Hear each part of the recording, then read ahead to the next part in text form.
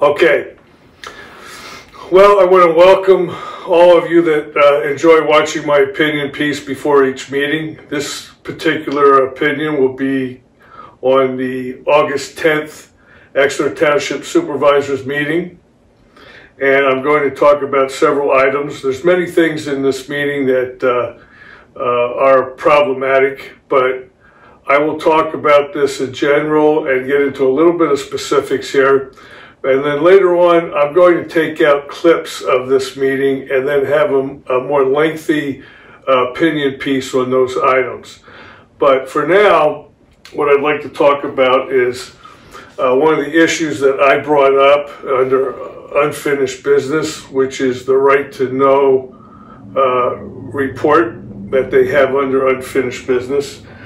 And our current manager, either he's confused or they haven't told him the truth about what this report is. I'm starting to believe he might be buying into their hype instead of training them and giving them leadership.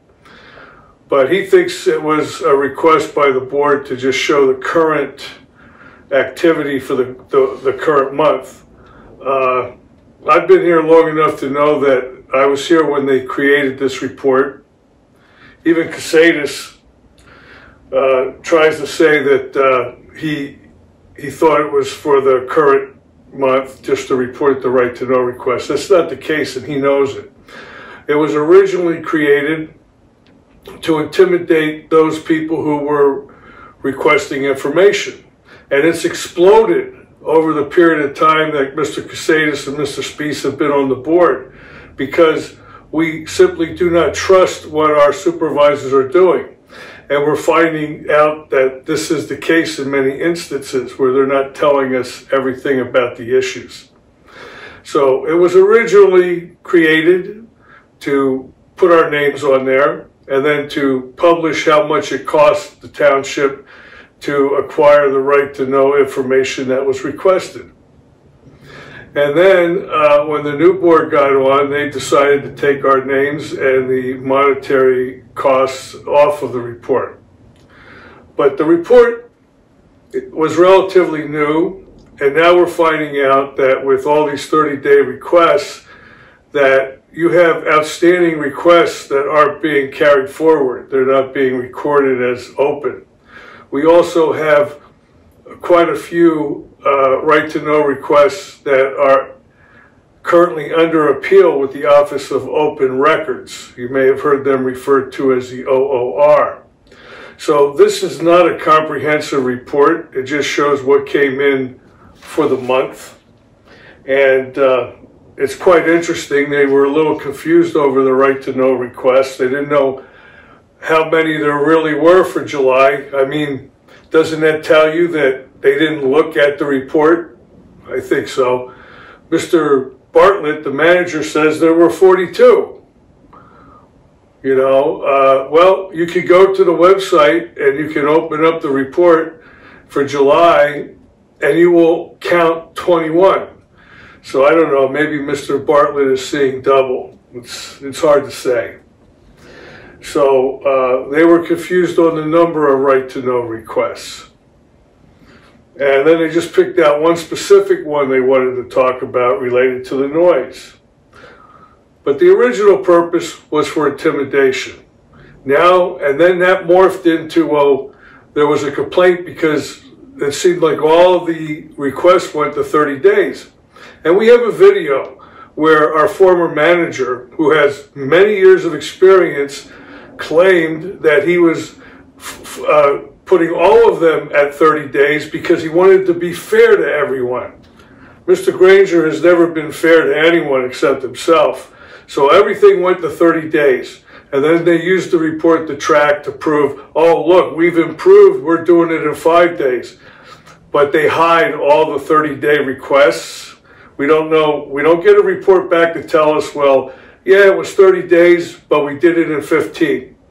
So this information should be comprehensive in order to get an average day's reply. And then the ones that are on appeal should be noticed. That should be a report, the appeals report. Casatus exposes his lack of knowledge regarding the right to know law. When he asked the attorney can we bill these people back? Can we charge them for the right to know requests? And the answer to that is simple. You can't do that. And if multiple people request the same document, you have to fulfill it. You are required to by law. And then Mr. Casella says, well, what if the person asked relatively the same thing? Well, most people aren't going to do that. That's ridiculous. At his contention, he claims that a lot of these requests are frivolous. It's a waste of time, he says. Well, Mr. Casadas, sometimes it's a waste of time listening to you because you don't know what you're talking about. Your comments about this right to know requirement is obviously showing your ignorance of it. You can't charge people for the right to know request. You can't punish them because they've asked for it more than twice, particularly if it's in different months. Now, if someone's asking for the same document, or many people are asking for the same document often, common sense would tell us that you should put the documents on the Exeter Township website. Then you can refer them to that portion of the website, and then they can see the documents right there. A right to know request would not be necessary then. But it really boils down to one thing, the same thing that Mr. Crusadis and Mr. Speece continue to try to do, which is part of the philosophy of the previous board, and that is suppress as much information as possible from the public. We see it. We see it every meeting. We encounter it continually. But it's interesting, how do they get 42 right to know requests in July when if you count them on the report, there's only 21? Only Mr. Bartlett can answer that question. And he doesn't answer all the questions. So we'll see about that one. I'd like to see an enhanced report that comprehensively shows what's outstanding and a legitimate calculation of the average days outstanding. That's really what we should be looking for, but that's not what we're doing. So let me move on to my second issue that I brought up, and that's the golf report. I think you're going to find this conversation very interesting. The golf report, as I say in the video, is going to show a slight what they will allude to as a profit. And it's just under $6,000, $5,500, somewhere around there. So I just said 6K. They had revenue for the first 7 months of $420,000. But we had expenses of $414,000. Now those expenses are only operating expenses. So it shows up as a $6,000 profit. What it doesn't include, what it does not include, is the depreciation related to the buildings and the equipment that have to be expensed periodically on the income statement. And they finally sent me the depreciation schedule, which is wrong, by the way. They're not depreciating the buildings. They don't have the 2020 equipment depreciation on there. So when I tell you the depreciation number year to date, it's going to be lower than it should be. But for the first 7 months, if you average it out for each month, which is what the accounting practice is, the depreciation charge is $44,000. So based on that information, $6,000 in income, net income, $44,000 in depreciation, we're looking at a $38,000 loss. But it doesn't stop there. We also have to add in the spending for the interest on the bond and the principal that's paid on the bond related to the golf course. And I don't have that information at all. But I'm going to assume that it's a significant number, and that would make the loss on the golf course much larger. I have all my notes here, huge loss. All right. Now, the golf course and the Reading Country Club building, food and beverage, they are our proprietary businesses. That means they're for profit. The information, the financial information, should be captured in a way that you can create an income statement and know what your operating results are, whether you're making a profit or not. You'll hear Jennifer Savage say, we can't do it, it's difficult. I disagree with that. I worked in corporate America for 40 years. I did income statements in all kinds of situations. You have to dig for the information and bring it out and summarize it and put it in a readable format. It's called management reporting, okay? So we need a legitimate income statement for the Reading, for the golf course, and eventually for the food and beverage when they get it going. But it's highly unlikely that the golf course will ever be profitable.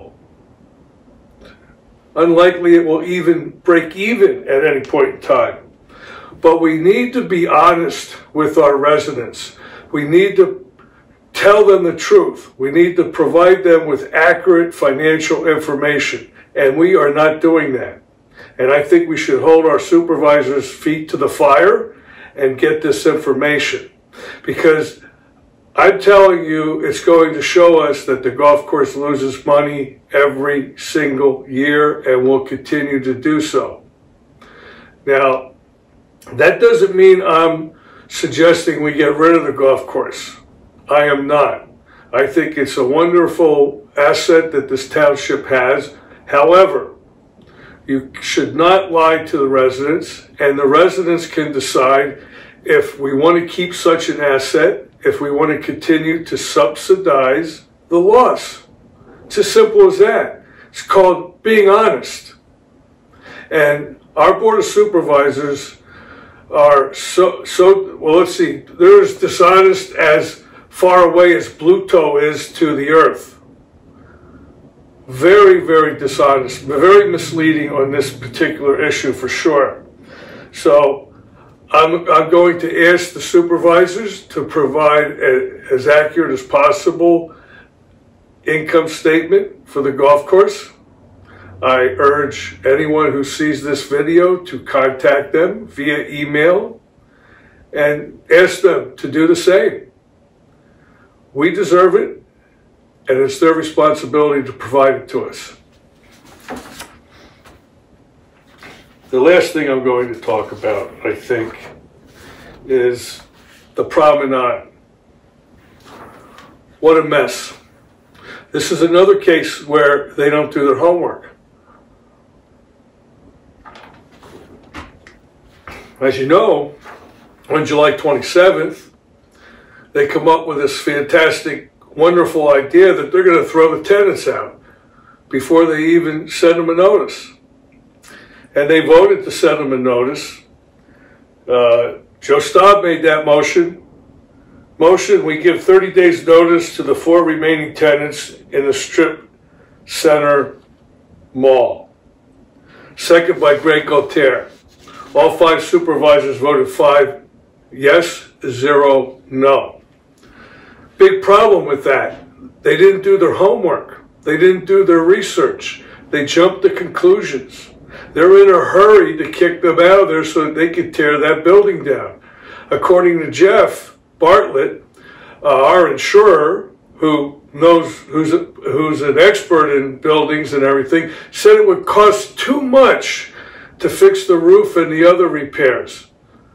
Really? As compared to what? As to tearing it down and spending 20 or 30 million on building brand new? I don't think it would cost 20 million to fix it. We're getting led in the blind. We're being led by the mentally ill into these projects that are going to really hurt us in the end. So So on August 10th here at this meeting, they got a petition from a lot of people. Obviously, the pressure was put on them. And I put in a right to know request to see the leases. And I don't know if they found this out by pulling the leases for me or what, but they discovered that the leases have a 60-day notice clause in them. And they may be month to month, but you've got to give them a 60-day notice. So they really did not do their homework. They don't know what they're talking about. And remember back in July, Bartlett said, we're uninsurable. We have no insurance. They have to go. Now all of a sudden, on August 10th, it's fine. There's nothing wrong with our insurance. Relax, the umbrella covers the parking lot, and the tenants that are in the building have their own liability insurance, where I'm hoping that we are named a secondary. So their lease says they must have a 60-day notice. Well, you know, because the board screwed up so much, I guess they decided to give them an extra 30 days, and they passed a motion to give them 90 days until October 31st. Well, that's pretty much an indication of how poor of a job that our township manager and our supervisors are doing. They don't take the time to research it. We spend over $1 million in salaries for not our hourly, but our salaried people in that administration building, and they can't get the job done. You know, we are being taken to the cleaners by this organization that we have in there now, by the cleaners, and yet no one is stepping up and putting any pressure on this Board of Supervisors or this manager. For example, you'll hear them talk about the service electric contract that they have put off for it's been expired for like 2 years. And they've developed new revenue streams because people are moving away from cable and going strictly to internet and other types of internet packages. Well, in our agreement, we get no money for that. So we're losing revenue because our supervisors failed to deliver a new agreement in a reasonable time period. I can cite you incompetent action after incompetent action after incompetent action with this board. And we still have 2 people on the board, Spies and Casadas, who are now the only 2 primarily responsible for this behavior. The new supervisors, they're green, they're very green. They'll tell you they have experience, but not in this area. The only one who does is Michelle. And what the boys club do is they suppress her comments. They ridicule her or attempt to ridicule her, and you'll see it, but don't be fooled. Michelle's a very intelligent woman. She's got a lot of experience, and she's been on the board before.